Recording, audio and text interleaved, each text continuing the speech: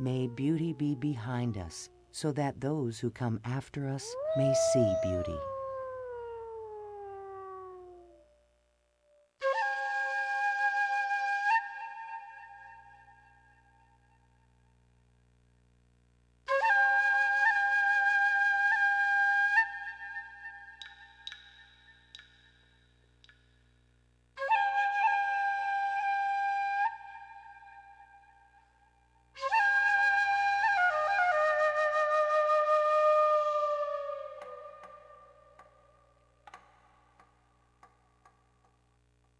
Your grandchild is your flesh, your blood, and your fluid.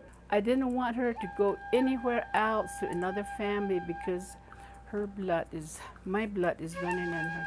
Our society, a Navajo society, is predicated on helping one another. It was not uncommon that grandkids are left with their grandparents to be raised by them, so that as they grow older, they're able to help their grandparents as they go into older years. So that was essentially the process that my family undertook, and where I was placed with my grandfather. I was blessed with a rich understanding of the cultural teaching that they had.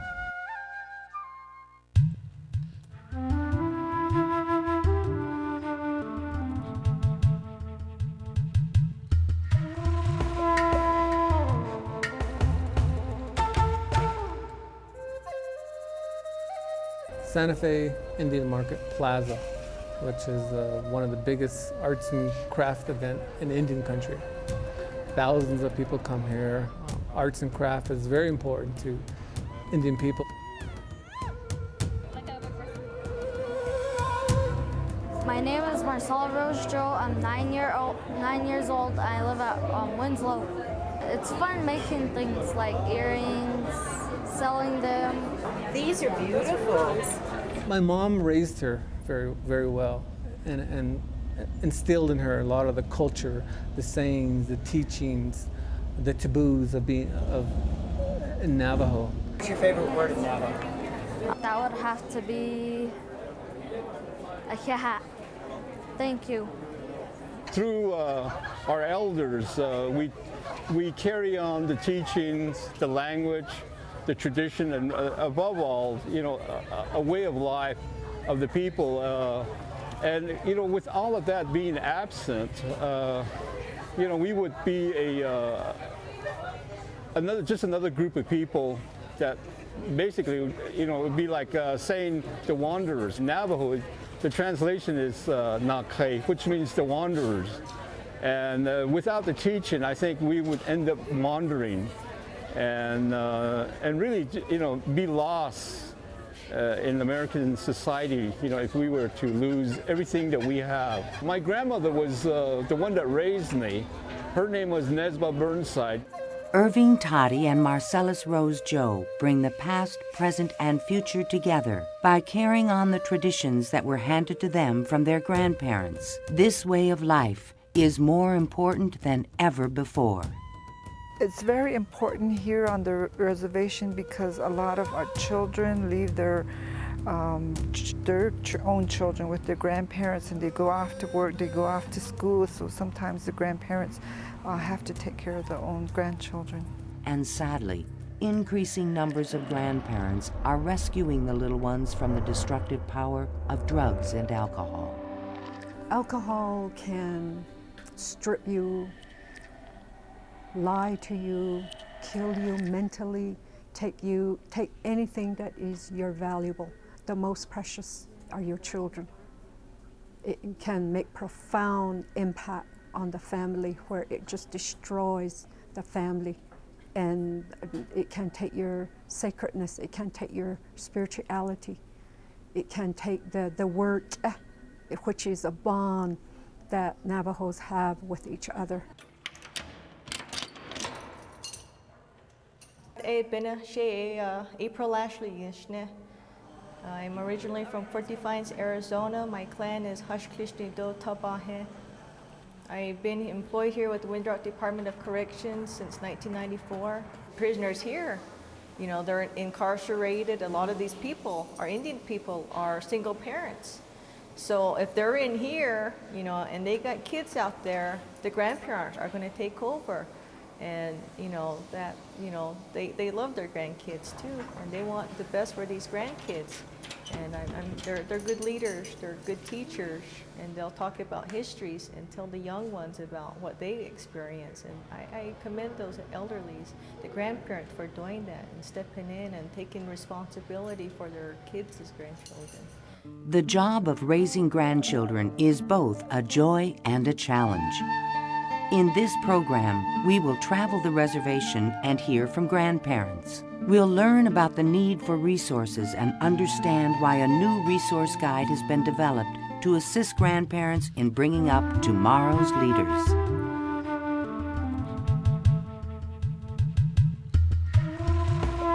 Shirley Ellsworth is surrounded by the love of 4 grandchildren, a daughter, and an aunt.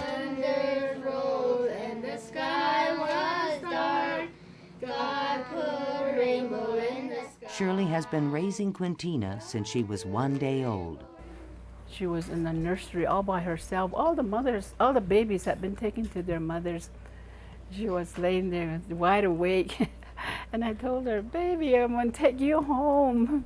It seemed like she really understood. She was just looking at us. Been difficult financially, or has it been tough? There's been times, but we always make it. I'm the only one that works. And a lot of things we have to do without. Like right now, I'm a month behind payment on my van. But I know next time I get paid, the whole check's gonna go to the van. If I didn't have Quintina, I would have extra money to buy Miss Claro. I'm going to be grateful for our grandparents. Things are getting very difficult now. Everything, they need to stay in school, and a lot of peer pressure at school will lead them astray. And if you let them know that you love them as they leave from school every day, let them know that I'm proud of you.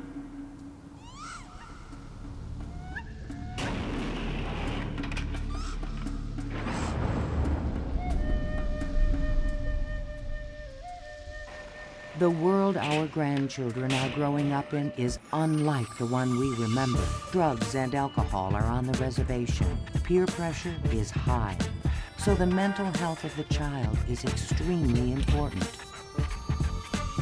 Fort Defiance Indian Hospital opened an adolescent daycare treatment center for boys and girls aged 12 through 17.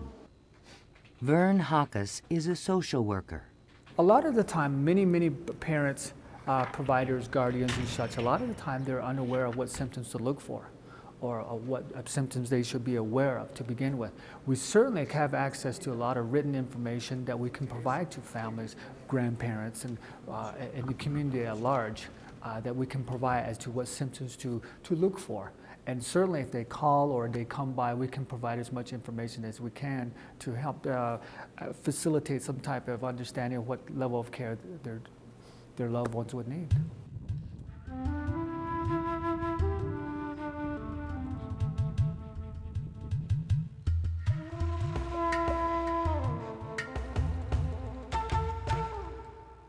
In a remote neighborhood in Bird Springs, Arizona, Jane Manygoats returns from work at the senior center to a warm welcome from her grandchildren, 4-year-old Rolanda and 17-year-old Vanessa. Were you a good girl? Mm-hmm. It keeps you on your feet. It keeps you going from day to day on your daily task, and you look forward to getting back home to them after you go to work. But it's really fun to have them around. She treats me like her daughter instead of a granddaughter. She took care of me ever since my mom took off. She teaches me a lot of stuff that my mom probably wouldn't have taught me. I learned how to cook just watching her. If she wasn't here, she didn't take us, then I don't know where me and my brothers would be. I don't know, we probably wouldn't even see each other if my grandma didn't take us. Tragedy brought Jane together with the children. Rolanda's father died from alcohol-related violence, and Vanessa's mother got caught up in the wrong crowd. It's hard, you know, just to think that your child's out there not taking care of her kids, or not even concerned about her kids. Maybe I totally blame on alcohol and drug abuse, you know. Did she have a problem? Yeah, she did.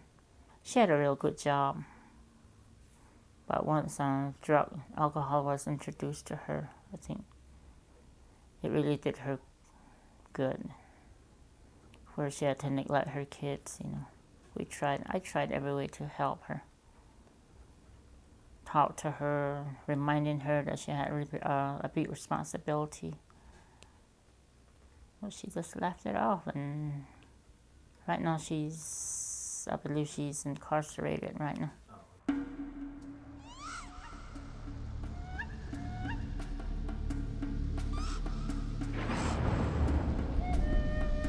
Susanna Gould is a social worker with the Navajo Area Agency on Aging.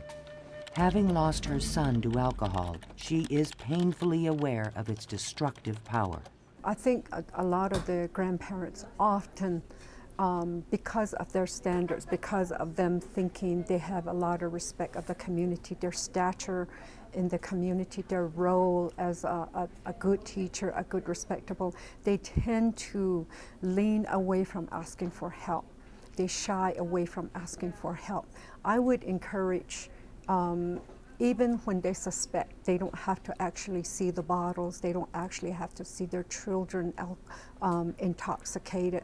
At the first hint, any signs of the first symptoms they see any alcoholism involved, they need to get help, they need to seek help. If you're an alcoholic out there listening, go for help, seek for help, because there's a lot of people who care, and you would be surprised who actually cares.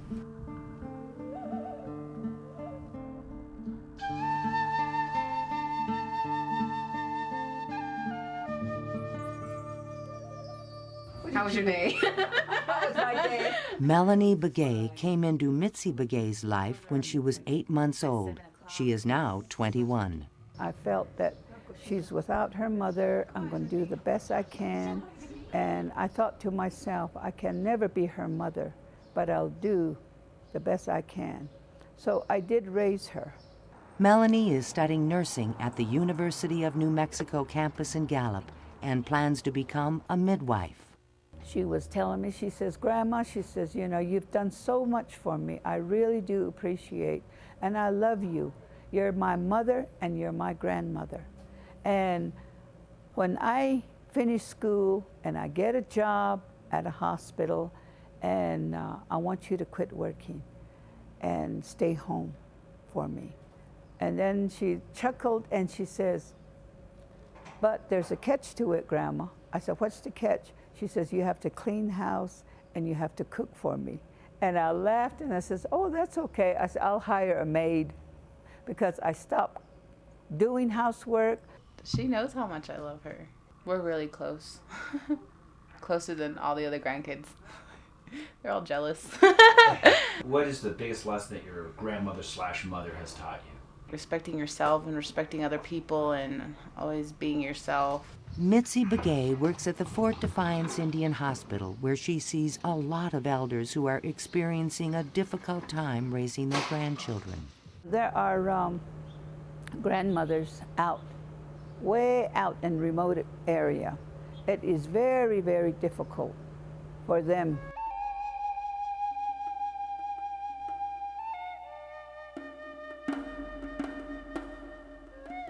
Diabetes is very much a big health concern, a public health issue, and a health issue in general for our people. Yat Dr. Gail Danet Chacon, Twitch Eatni Shlin, Kayani Bashichin, Tohiglinia Dashache, Kintla Chitnia Dashanella. Hello, Mr. Martinez. Hi, Doctor. How are you today? He's fine. How are you today? Good. To deal with the mental and physical problems that grandparents encounter, I think the help that I can offer them really is that they need to see their primary care provider and establish a relationship with that person, that there is a trusting, open relationship with their doctor, that their doctor certainly has information available of resources, and if they don't have those resources ready at hand, then the physician can always make either a referral or find those resources. And that is part of my job as a doctor, is that if I don't have that information at my fingertips, then I go out of my way to find that information. And the grandparent needs to be persistent in that, in saying, I need help here, I need help with this situation, whether it's financial, whether it's medical, whether it's behavioral health, financial, whatever it is, the grandparent should not feel that they take a back seat, that they have to be persistent and assertive, really. At Fort Defiance Indian Hospital, Lucinda Martin is the Director for Medical Social Services for Elders. The occupation of having kids, hearing the noise, hearing them talk, constantly making you become, where are they? You know, being more alert, keeps your mental status more alert. And you're more active. You hear kids talking. And so it helps you to continue to maintain your activeness, whether it's physical and mental. I think grandparents have to say what they can't do. If they're forgetful and if they think that's going to be at risk, causing them to be at greater risk, or even for the child, they need to ask to tell their children whom they're caring for, or for whomever they're caring for their children. They need to say, I need help. There's resources here, even at the hospital, where we'll have elder care clinics set up, and we will have social workers, and we'll have also mental health workers and psychiatrists.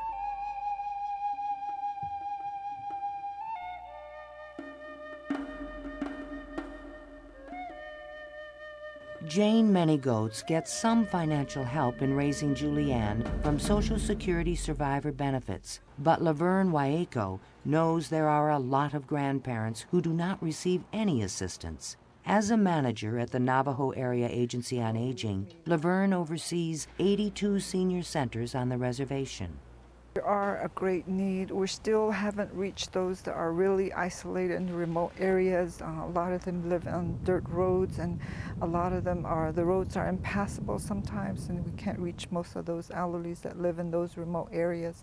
But they do need those services, the meals, especially because elderlies sometimes can't prepare their own meals. It is Laverne who saw the need for this video in hopes that grandparents could learn about resources like TANF. TANF stands for Temporary Assistance for Needy Families. The TANF benefits will provide for the basic needs.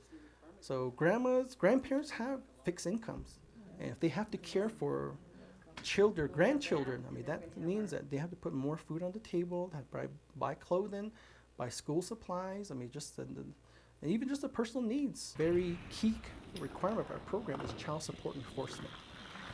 Because in the welfare reform law, it did state that we need to be tougher on parents.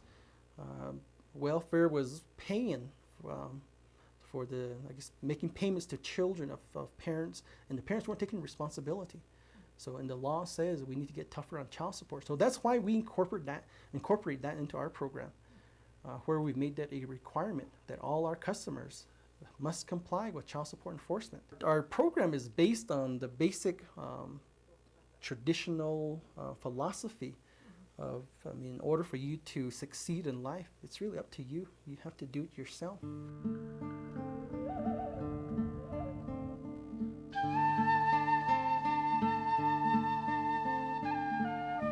Since her husband died, Virginia Sloan's life has been filled with children. For years, she raised her grandson, Terry Bassetti. Now, she raises her nieces, Carlina and Arlena, and her 7-year-old granddaughter, Julianne. You know, some people, even when they become a widow, they just turn to drinking. And I didn't want to do that. I said, these two and my grandchildren, they're the ones that keep me going. So that's what I'm happy about. Hello. I wanted to take her in, and I wanted to help my daughter because she's a single parent, and she's working. Sometimes it's tiresome, yeah. And just like when she's outside running around, and you tell her to come in, but she wouldn't, then I had to go out there and tell her to get in. I like it. I enjoy it, even though it's tiresome. What would I be doing if I didn't have them? They're the ones that make me happy. They make my day. Virginia rescued her brother's girls from foster homes. After getting an okay from their father, Virginia went to court and got custody. That allows her to share in decision-making for the kids. We, as a grandmother, we love our grandchildren. Some parents, that is in our Navajo reservation, some parents are having a problem with drinking problem. That's where we should come in. And if we see our grandchildren are left alone at home, when we know that they're at home by themselves and their parents are not there, we should go in and bring them home, feed them, and then let them stay with you until the parents get back to their home.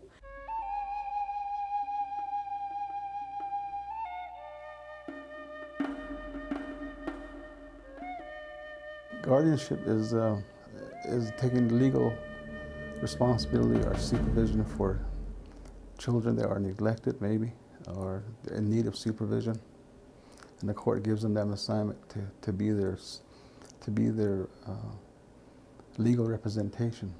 Leonard Watchman learned Navajo from his grandparents. That skill comes in handy in his work as a tribal court advocate with the Department of Justice. There's a system in place with the Navajo Nation, in the tribal court system, that they can utilize to get the guardianship that they're seeking. All rise. In the Navajo concept, in our cultural concept, there is no written paper that says you're hereby given that responsibility. Nowadays, we live in this world where that is the requirement. And I'll give an example. A child's in your care, and if the child needs an emergency, our doctor may refuse to assume responsibility of a child, to care for the child, or to give provide some sort of services that's necessary without the consent of the parent, because of the issue of liability. That was not really, that was sort of unheard of when I was younger. My grandpa took me to the hospital for a reason. There was no questions asked. I was there and they were responsible for me. So in this case, I think the parents or the grandparents or the custodian, the proposed guardian, would have to look at those considerations and do so, and to obtain a guardianship paper to file with the court. A paper says, I want to raise my grandchild or this young child. They're personally involved, and they want to, they want the best for their grandkids. So they decide if they're going to take guardianship. Takes a lot of responsibility, and it's raising a second set of children themselves.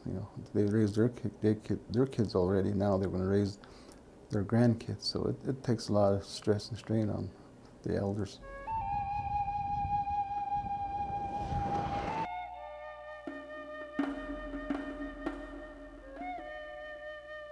Ethel Manuelito is the Associate Superintendent of the Gallup-McKinley School District, which is implementing a new concept in education that gives students more responsibility for their learning, the same concept she uses with her grandson.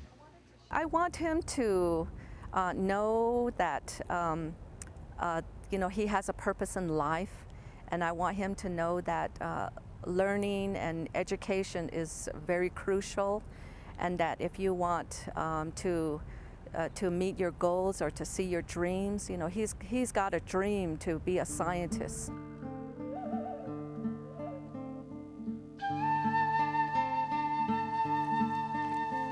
Esther Rafaelito and her son Alvin share a special bond. When Alvin went to college, Esther raised his daughter Elvina. Esther taught her to be responsible and self-reliant. She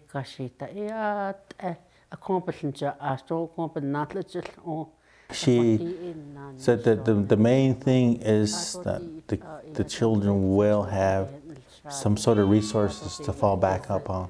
The raising of children and exposing them to the different forms of our culture enables them to understand that there is a way of life that's also available to them. Alvina and her husband Juan are in the U.S. Army, stationed in North Carolina. While they are away serving their country, Alvin and his wife Debbie are raising Siobhan and Julian. Isn't it nice to be a mom? Yes, it is. Enjoy every minute of it. Watch them grow, hear them laugh. Being there, it's my grandchild, being available for them, and being together with them. So there's that closeness and the bonding that we establish early in life with them that really makes it, it's very rewarding that way. So, and then later in life, hopefully they'll take care of me. That put me in a nursing home somewhere. I'm hoping that we'll all be together and we'll finish getting our degrees, me and my husband, and then be able to support our kids and show them what's right from wrong. The tradition of grandparents raising grandchildren is more alive than ever before. Despite the great challenges, grandparents are enjoying the great joy of instilling responsibility, respect, and pride in their grandchildren. And they are showing them the path which will lead them to become the Navajo leaders of tomorrow. Kodo eya altahasil danoslini amasando oche danoslenigi naka nihitsoke pa tahosyanigi kodo khashin sogo an anin hiche nahuite akonte eya kodo ataya taltke khashin sogo sheit ani naka alchene nihitsoke nihinalke konde nata ostha kompe e Banahaiton hegi apa ohne a adon danalsos igeta osthaigi po ohne a had la pesonatish alchin huinzen kon de eya pesenta has ango ko ot kan da awo oko ado ebet netanosena ashon del trahasin tanosenigi hal eya alchene yolyeni pahacho paye do eya lechan yaje etat eta lechan yaje eyat o khoche nachu khotachil ile di epla ashla eye atat nihitsis ye hatatet nihitro ye hatatet nihitel ye hatatet ado on dan le khanda wo te eta netan hiton nishi khodo paman lini beje khat shana ash khat shanta hachlo to ni beje khonta tleta jo khonta khashin soko sto aje bechen ta haste bego penani khallon ko eya ni choketo ni nalke ni je khotalia bego e khoto eya tsedetinje eya khoto shenale bakhatishwa se tsoy bakhatishwa ba akhashya tole beketensh I tole khale eya yo insh naske sa tsalkedo chekensaligo altro na kitsat tahagi yilthago adon khotahona olthaigi atkhona yilthago